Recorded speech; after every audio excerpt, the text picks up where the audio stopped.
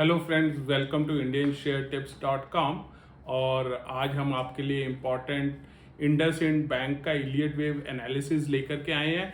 तो आप ज़रूर अंत तक देखिएगा, क्योंकि इससे आपको ये भी पता चलता है कौन से स्टॉक में कहाँ पे इन्वेस्टमेंट करना है और आप इलियट वेव थ्योरी को अच्छी तरह से समझ पाते हैं, उसके ऊपर एक्ट कर पाएंगे।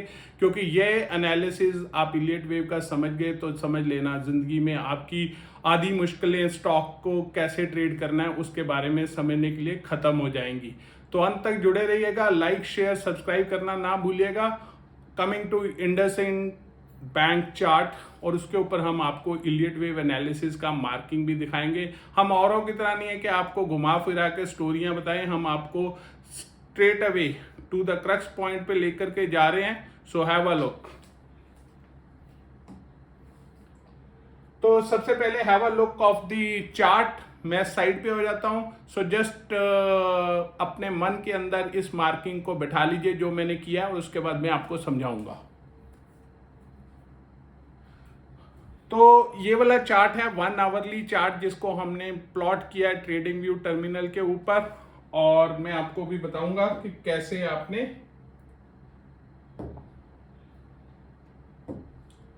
तो सबसे पहले आप देखिए इसका वेव नंबर 1 जो है वो हमने प्लॉट किया है from this point two this point.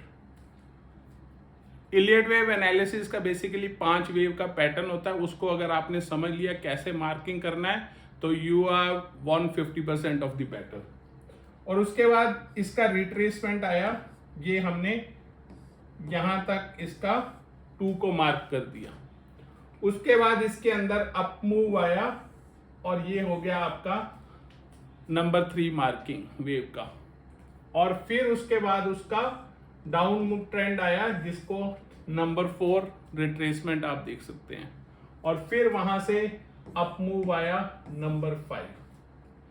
तो इस तरह से ये 5 वेव का पैटर्न था, जिसमें कि आपको ध्यान देने वाली बात है कि नंबर 2 जो है वो कभी भी 1 के स्टार्टिंग पॉइंट को ब्रेक नहीं करता, और नंबर 4 कभी भी 1 के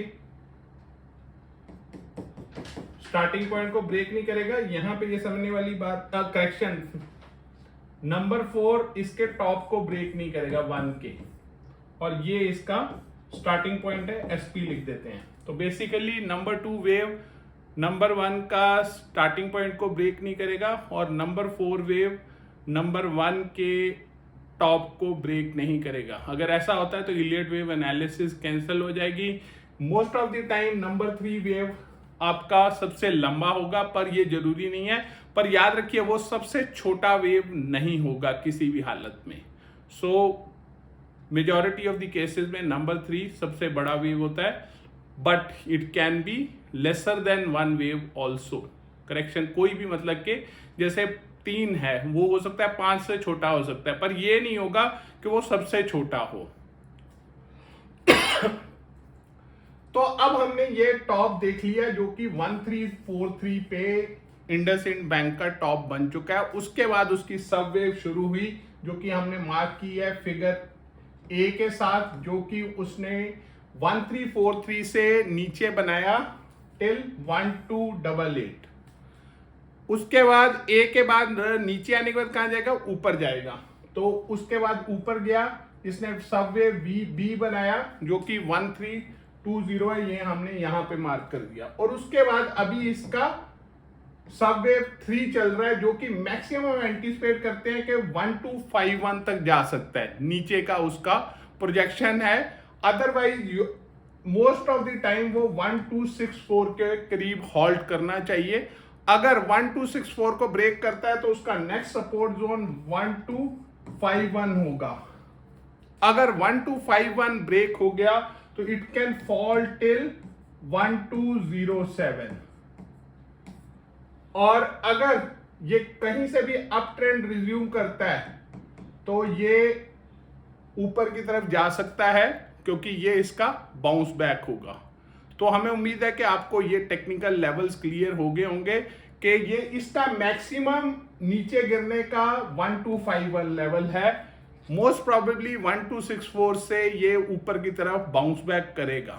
इस समय हो सकता है कि 1 आवरली पैटर्न में ऊपर की तरफ जा रहा हो, पर अगर नीचे भी ट्रेंड आना शुरू करता है तो ये 1251 को ब्रेक नहीं करेगा मेजॉरिटी ऑफ द टाइम। पर अगर कर गया 1251 को तो ये 1207 तक फॉल कर सकता है। तो उस केस में आप इस स्टॉक के अंदर शॉर्ट कर सकते हैं। शॉर्ट करने के लिए अगर ऑप्शंस ट्रेडिंग करनी है तो आप पीई यानी कि पुट को बाय कर सकते हैं फॉर टारगेट 1207।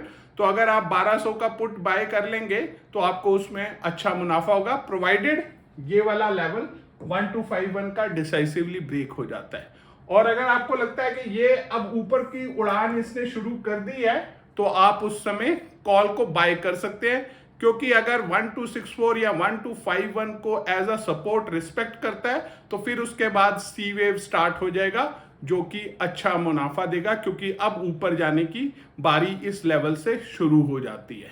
तो हमें उम्मीद है कि आपको इलियट वेव एनालिसिस का कैसे मार्किंग करना है वो हमने इंडसइंड के चार्ट पे आपको दिखा दिया है।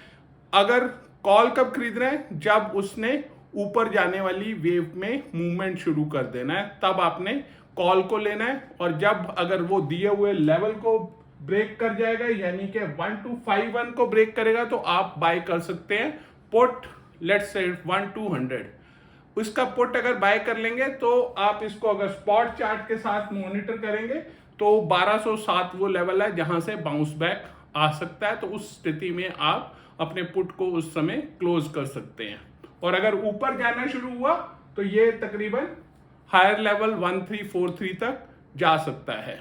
तो हमें उम्मीद है कि आपको इंडसइंड बैंक का टेक्निकल एनालिसिस क्लियर हो गया होगा। इलियट वेव एनालिसिस से डरने का जरूरत नहीं है, हम और भी चार्ट लाते रहेंगे और आपको इसके बारे में इंफॉर्मेशन देंगे so that you get the actionable intelligence जिसके ऊपर आप काम कर सकें। तो वंस अगेन वी रीइटरेट कि अगर 1251 का लेवल अगर होल्ड करता है इंडसइंड बैंक तो यहां से ये ऊपर की तरफ जाएगा, और अगर 1251 का लेवल ब्रेक करता है तो इसका नेक्स्ट टारगेट 1207 हो सकता है। और आप इस तरह से कॉल या put as per direction buy करके बेनिफिट उठा सकते हैं। और अगर आपका इंट्राडे में इंटरेस्ट है तो याद रखिए हमारा सबसे अच्छा कॉल बैंक निफ्टी ऑप्शन का है। मॉर्निंग में 9:15 टू 10:15 आपने सिर्फ एक ही घंटा ट्रेड करना है और आप उसके अंदर अच्छा मुनाफा कमा सकते हैं। 10,000 की कैपिटल से आप स्टार्ट कर सकते हैं।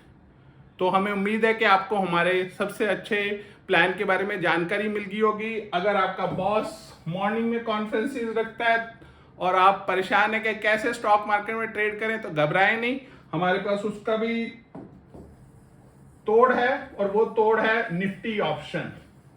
निफ्टी ऑप्शन के अंदर हम जनरली आफ्टरनून में ट्रेड करते हैं और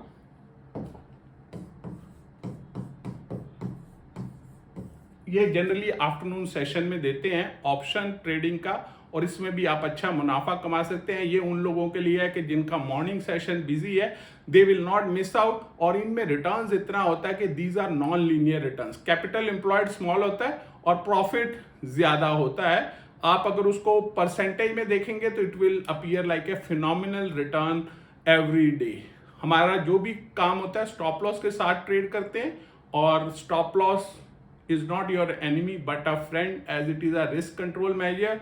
और याद रखिए डिस्क्लेमर के तौर पे इस चीज को ध्यान रखिए कि past performances are not guarantee of the future and you should only choose a SEBI registered investment adviser. उससे कम आपको पता है कि अगर मेरे हार्ट में प्रॉब्लम है तो मैं मेदांता या फोर्टिस में गया हूं तो मुझे अच्छा इलाज मिलेगा, कार्डियोलॉजिस्ट मेरा अच्छा ध्यान रखेगा। उसी तरह से फाइनेंशियल एडवाइजर्स भी हैं, और जब भी आप निवेश करें अपने सेबी रजिस्टर्ड इन्वेस्टमेंट एडवाइजर की सलाह से निवेश करें। And any kind of certifications are no guarantee for the performance.